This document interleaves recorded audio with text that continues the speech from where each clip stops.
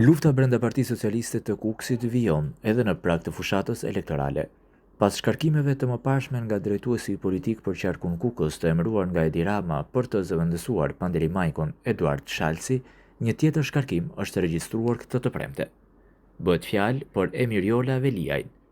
Veliaj është shkarkuar nga posti i drejtoreshës së rinis në Bashkinë Kukës. Burime bëjnë me dije se shkak për këtë vendim është bërë performanca e saj e dobët. Pavarësisht shkarkimit të saj, ende nuk ka informacion se kush do ta zëvendësojë atë në këtë detyrë.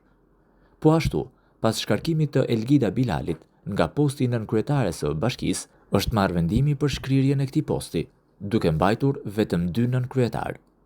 Nga ana tjetër, teksa 2 partitë e mëdha ende nuk kanë zyrtarizuar kandidatët për deputet, Astrid Cengu është zyrtarizuar si kandidat i Partisë Social-Demokrate të Tomdoshit. Astrid Cengu ka mbajtur poste të rëndësishme në Kukës si drejtori OSHE apo drejtori sigurimeve shoqërore.